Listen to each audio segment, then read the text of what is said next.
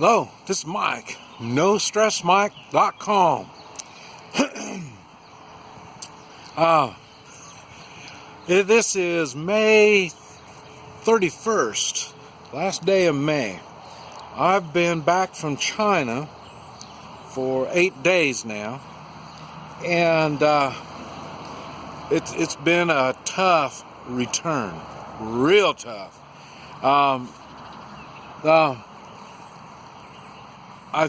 I'm not sure if it's jet lag or not. I'm not sure. I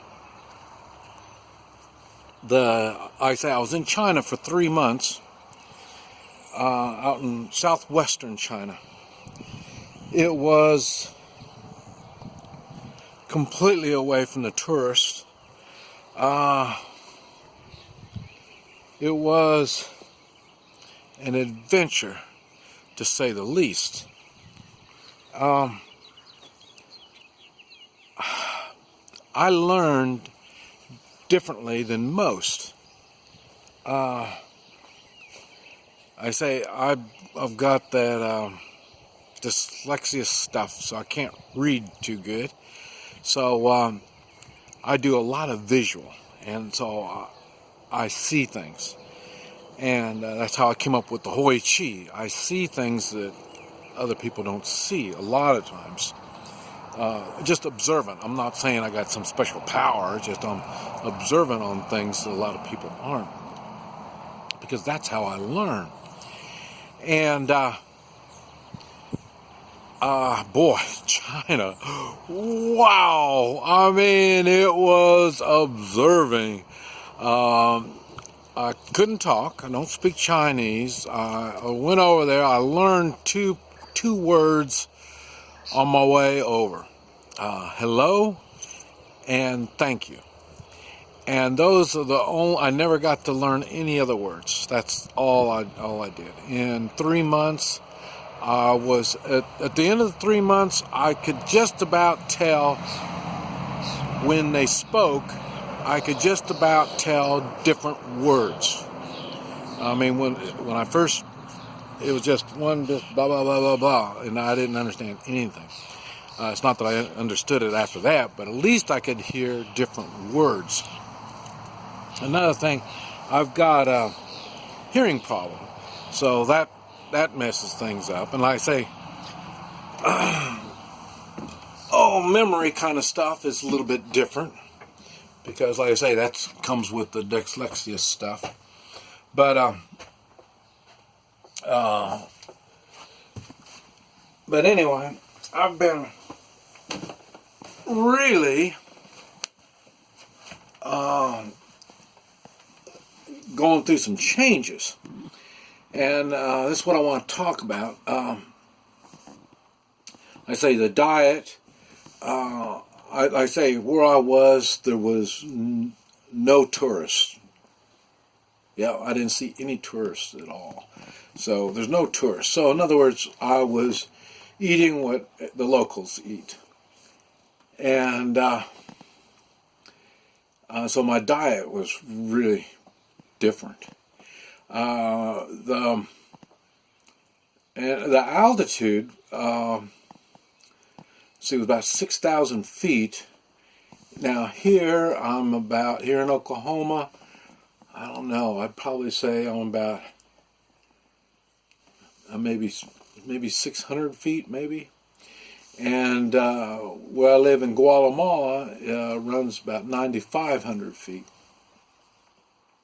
So the altitude wasn't no big deal for me. That was okay.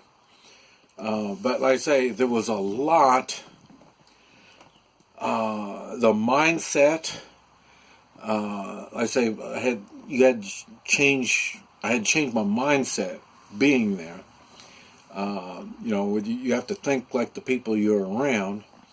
And boy, that was it was hard learning to think like them. And I've made videos talking about all that stuff, and talking about that, I'll have a link down below. I wrote a blog, and I've got videos on the blog. Like I say, there at the end, I started making videos on what I learned. And that's, you know, you got to remember, I had problems there. So I wasn't sure if I was going to get out. And so that's why I had the videos. And but anyway, I'm out. And I noticed, now see, I can't say I walked a lot. I did walk a lot compared to what I do here. Here, I don't walk near so much. So that was a big thing.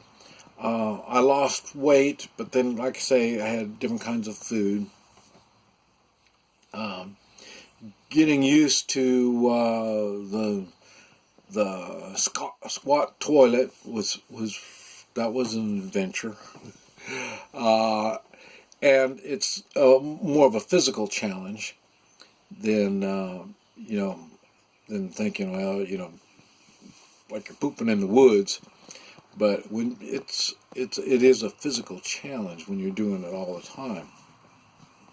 So there was a lot of things that happen, and I say I saw so much. I couldn't, and I was by myself, so I didn't have anybody to talk it over.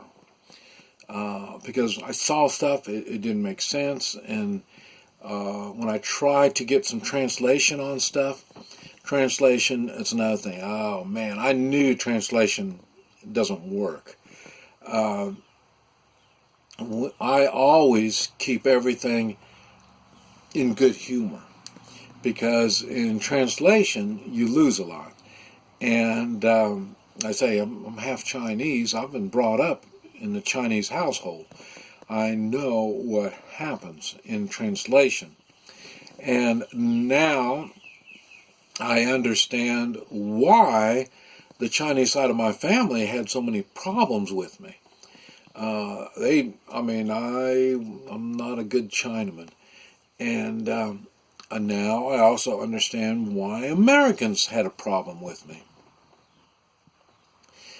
Because, like I say, I've been able,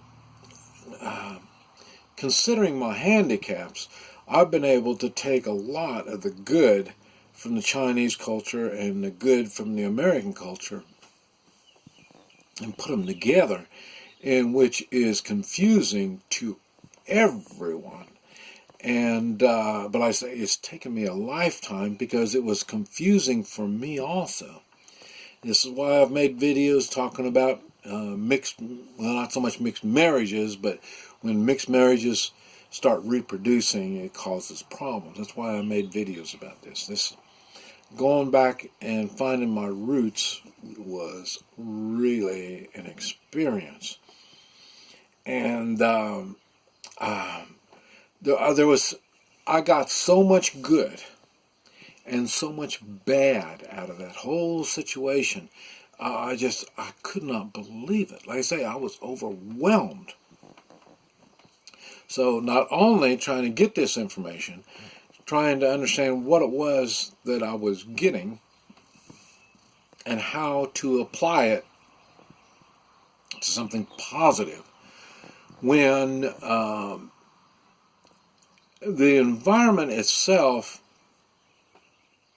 I wish I could say it was a positive environment, or I could badmouth it and say it was a negative type thing, but it wasn't that cut and dry. I say culture is a big, big thing, and understanding it and just living it doesn't really cut the cake.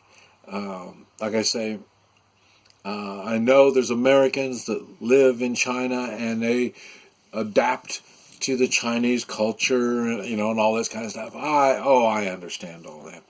But like I say, I'm in the American culture. until I moved out because it's hard to live in the American culture for someone that understands multicultures. And so when I see British or whatever in China trying to live in China, I can see it's not like they think. And don't forget, I live in Guatemala. And now it's 14 years I lived there. And, I didn't try to, be one of them. Because it's impossible for me to be one of them. The best I can do is understand and get along with them.